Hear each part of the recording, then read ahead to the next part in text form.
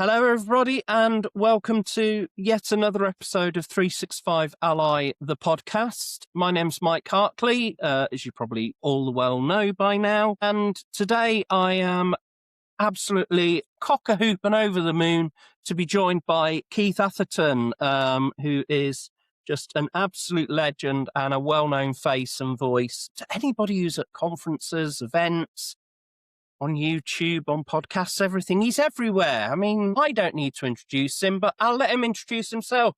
Keith, tell us about yourself and welcome. Hey, Mike. Yeah, thank you so much. It's great to be here. Appreciate being a guest on the show. Really looking forward to this. So as Mike kindly said, I mean, what an introduction, but my name's Keith Atherton. I'm a Power Platform Solution Architect.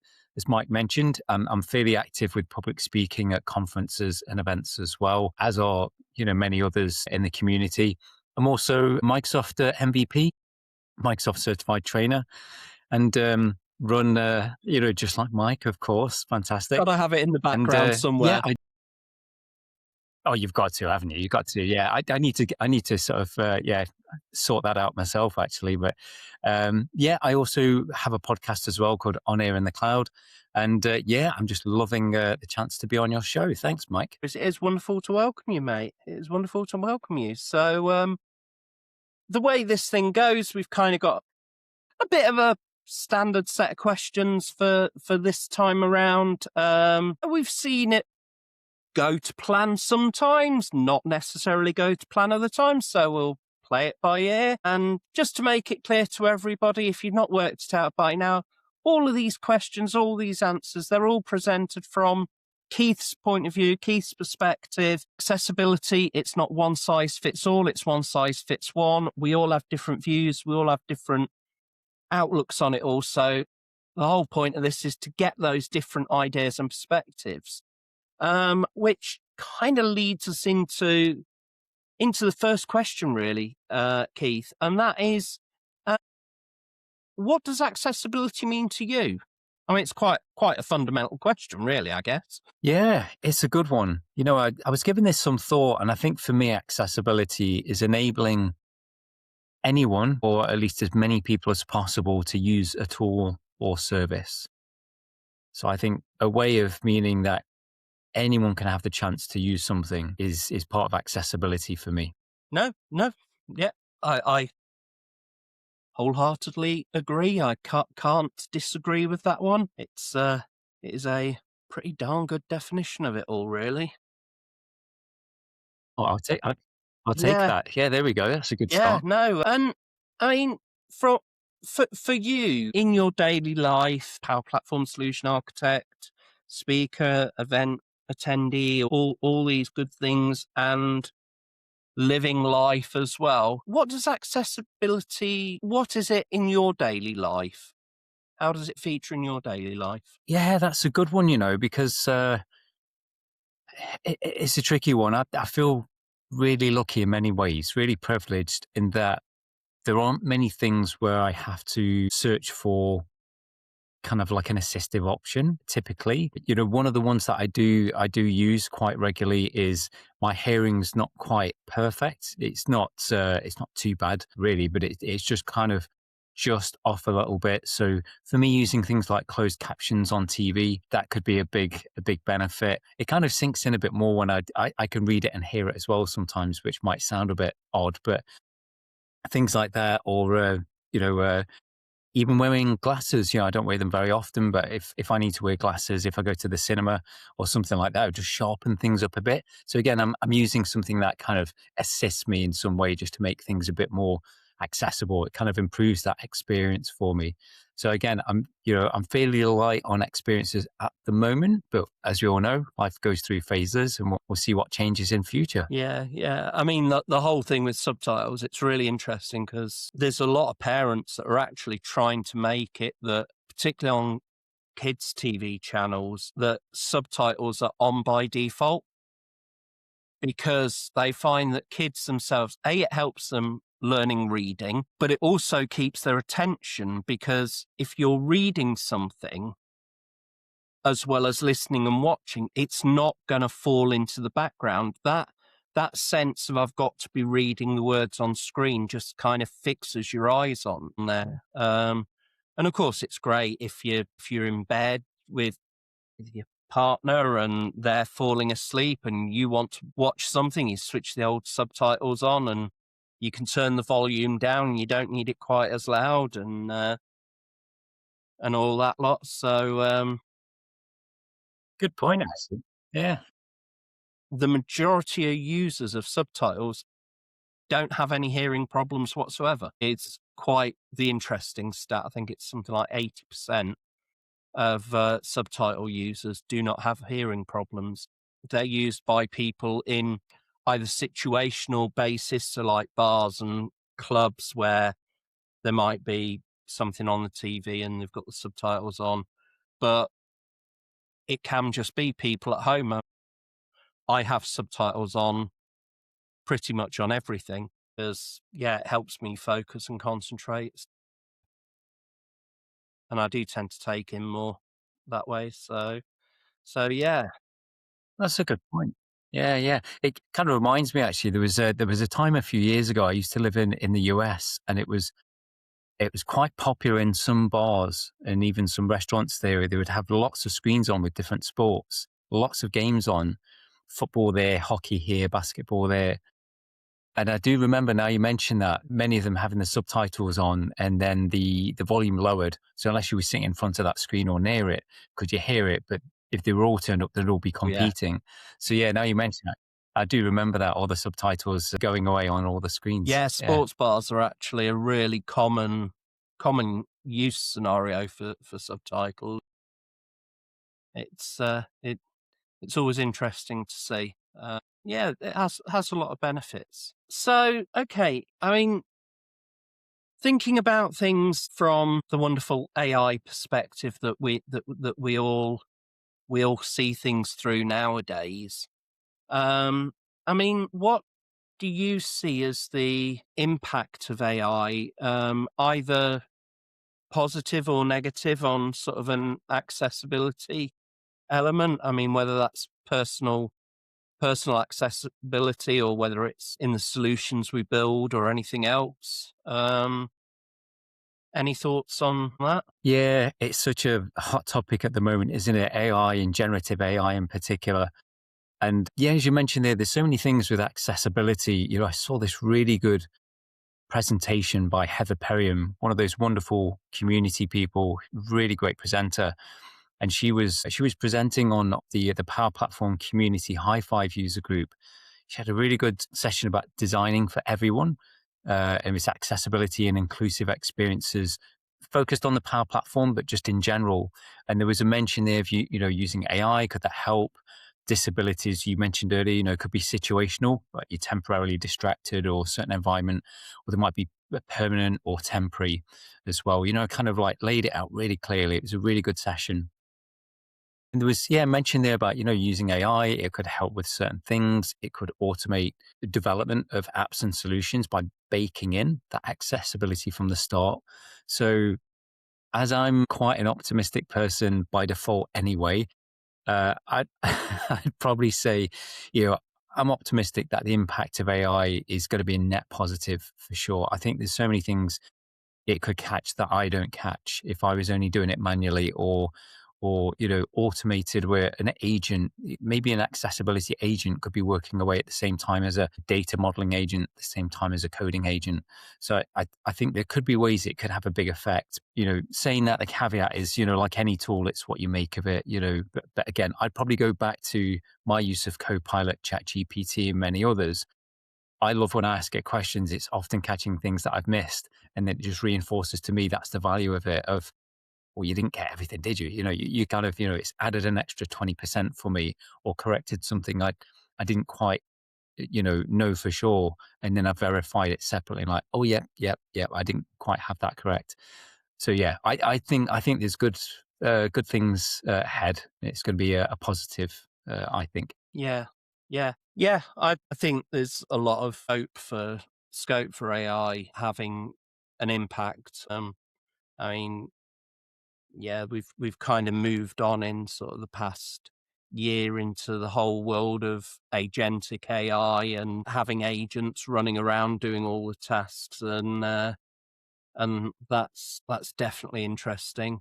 And folks, if you go back a few episodes, you'll find that we did have an episode with Heather Perriam as well, so you can go and check that out if you've not already. It's like we lined it up Sorry. there, Mike. It's like we lined it up there, I didn't know. we? There you go. Who knew? But yeah. And so, I mean, if that's kind of where we are now in terms of asking Copilot questions and um, ChatGPT and using the tools that we've got currently. If you were to cast your mind, I won't be cruel and say 3 or 5 years, because let's be honest, things are changing so rapidly now that I don't think any of us can predict 3 years ahead.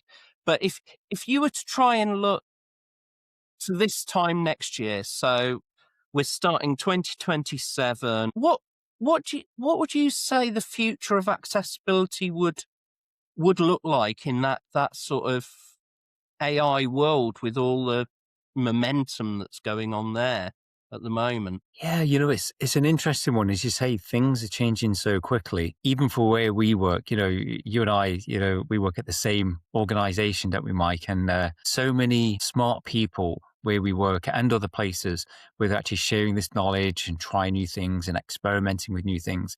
And it feels like we can almost see this cutting edge of like, where is it going? What we're doing? Because we, like many others all over the world, we're actually building these things and creating these opportunities. So I think seeing the future of it, I do wonder if there would be those kind of accessibility agents where it would just be dedicated to that. And there may be requirements of, well, do we have, are we able to build in full accessibility, whatever that means? Can we be completionist, or are we going to aim for certain things that could be done?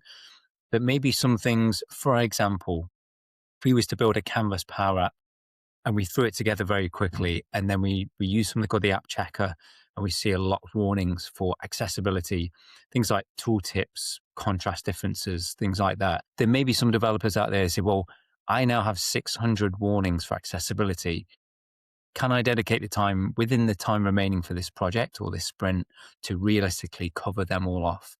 Obviously, we'd really want that done. And many organizations like ours, we have best practices where things can only get shipped at certain customers and organizations if they're all met and the warnings are completely gone and so on. But if there's an agent that could automate that, it then removes that friction of, I need 3 days to go through this. It could be something that's automated or maybe even baked in from the start that we mentioned before. Some of the customers we've got, Mike, they're really hot on things like secure by design. It's designed with that in mind. And you and I as architects, we've got that from the start rather than kind of bolting it on at the end. Maybe an accessibility by design, an ABD, it could be a great way of, look, we thought about this from the start and we're not building up technical debt by missing this out. This is just getting there from the start and carrying on through the entire project. I think that would be quite cool to see. Yeah. It's one of my most used hashtags is accessible by design. So yes, I am definitely a strong advocate for build it with accessibility in. Yeah, I think having agents sat alongside that and having the tools that automatically build in that accessibility there where it's not optional, I'd love to see that. I'd love to see it where accessibility is just not an optional extra where you have to build it in. That'd be so good. Make it a lot easier. I wouldn't have to It nag would, wouldn't it? everybody. Yeah, that's it. It's almost like it's maybe more standards than a guideline. Like, it has to be met. So maybe even an agent, building out automated testing or evals, like you see in Copilot Studio, is they just get added. And again, the automation of adding those kind of tests removes the friction and time of humans manually doing it. Although, again, we'd like to verify and maybe have some input ourselves, but a way of saying, well, this can't go out the door unless it passed these tests for accessibility. Something like that could be Yeah, cool. yeah, yeah, it would be. Definitely. Yeah, yeah. Would be very, very nice. Would be very nice. So many ideas. Yeah, Yeah. yeah. I wouldn't lose my voice all the time telling people, thou must, get on it. What do you mean you've not done it? Yeah. It would be nice. Yeah. And then again, I think Totally. Yeah, yeah. Well, there we go. everybody else would love that because they just wouldn't have me nagging in their ear all the time about it, which yeah, it is always fun. But no, that's cool. Yes. Um, and I guess that really kind of leads us to sort of our final question, really, and that is for you, Keith. Although I suppose I should call you Keith if I'm doing it properly. I'll get told off by somebody else if I don't call you that at least once. In the same org. So for you, what would be your one personal hot tip where for accessibility? You know, there's so many. It's a really good one. And I'm looking forward to listening to more of these episodes to kind of learn about other great tips on, what could be useful. That's often the way someone will share these nuggets, these little gems. I'm like, you know what? I didn't know that. I've been using computers for years, that's too long, some might say. And, I'm figuring out these things as I go even now. But yeah, I think one of the ones that I've been using recently is on a Windows. If you use Windows H, you can do voice typing. So you can talk into it to type into the PC. Now, realistically, there aren't too many occasions when I don't have use of my hands. I'm quite lucky I can use them. But I can imagine there will come a time when it's useful, or just for dictation. I just need to read something out quick, or again, I'm kind of, situationally distracted with something, and that Windows H has saved me a few times. So yeah, worth checking out if people haven't seen that before. Yeah, definitely. Yeah, I make use of it. For me personally, if I'm thinking through ideas and I need to be even just stood in here in my office and I'm pacing around, I'm thinking ideas through and I'm spitting out ideas because I know that I can say something and immediately forget it 2 seconds later because I'll have another idea enter my brain. So no, I will sometimes use that to capture my thoughts because otherwise I will forget them. And the window that I have kind of just there, I've got a nice fence and it has squirrels that come along that fence, and the fence is actually two fences and they nest between the fence just outside my office window. So you can Wow. Okay. imagine that all the jokes about people suddenly going squirrel, I genuinely do that. And it's really For real. cute when you get the baby squirrels come out and they sort of peering over the fence. So yeah, that voice narration is actually really it's really useful for me to keep track of my thoughts, and B, it can be really quite funny when all of a sudden I go squirrel. It's like, oh, that's where I lost my train of thought, and I might actually manage to recapture it. So that's a really cool tip. And I have to say that I know it's a controversial hot take, and I know there's a huge amount of hatred for Windows 11. My sons are gamers, and they hate it. And I can kind of get it from their perspective because it is slower than Windows 10 for gamers. But from an accessibility perspective, Windows 11 was built with accessibility in mind. And it's really interesting because my eldest boy, he's dyslexic. He's taught himself to read by using subtitles. He watches a lot of anime and from all over sort of Asia region, but he watches them in the original language and reads the subtitles. And I mean, he takes after his dad. He's got multiple monitors and he'll have YouTube videos playing on one monitor, and on the other monitor, he'll have a book that he's reading, and he's reading it in Edge. Or he does use Edge because of the accessibility features in Edge, where it highlights the lines and things like that. Or he'll have an audio book going, but also displaying the text that's being read out, which you've got in Windows. So it's really quite funny because I'm just like, yeah, I get it from a gaming perspective, but from an accessibility perspective, there is so much that's been built into Win 11. It's kind of crazy. And I know some of it's rolled back to Windows 10, which is good because obviously there's some companies that haven't moved to 11 yet. No, definitely go and check out the accessibility features in Windows, folks, because there's a lot of them. There is a lot of them. Very cool. Yeah, good to know. Yeah. I remember when you used to be able to get a small sheet of paper with all the Windows keyboard shortcuts on it, and now there's absolutely hundreds of the things. Yeah, I can't remember half of I them remember now. that. You could even the mouse mat, the mouse mat with all the Yeah. hotkeys on there, you see, like, no No, chance no, now. no. Yeah. You cover your whole desk with keyboard shortcuts now. But Yeah, it's the wallpaper in your oh, office now, yeah, isn't it? yeah. And with my eyesight, I wouldn't have ever stand a chance of reading it anyway. So yeah, Keith, it has been absolutely fantastic having you on the podcast. It's absolutely wonderful hearing from you, mate.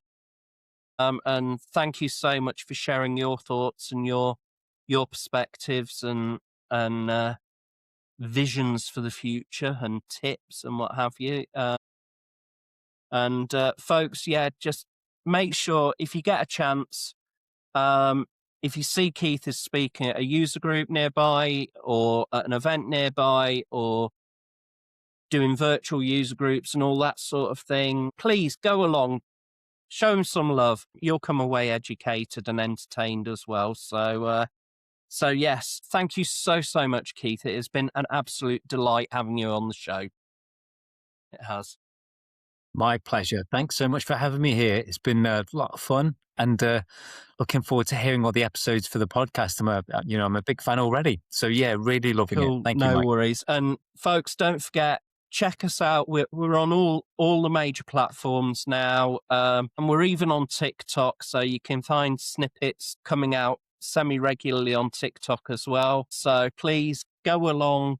I'm going to say those wonderful words. Please go like, share, and subscribe because we want this community to grow and really become a connecting point for everybody who shares a passion for accessibility and wants to learn about it. So, yes, please do. And on that note, I will say thank you, everybody, for watching and listening and tuning in. And we will catch you next time on 365 Ally, the podcast. Goodbye, everyone.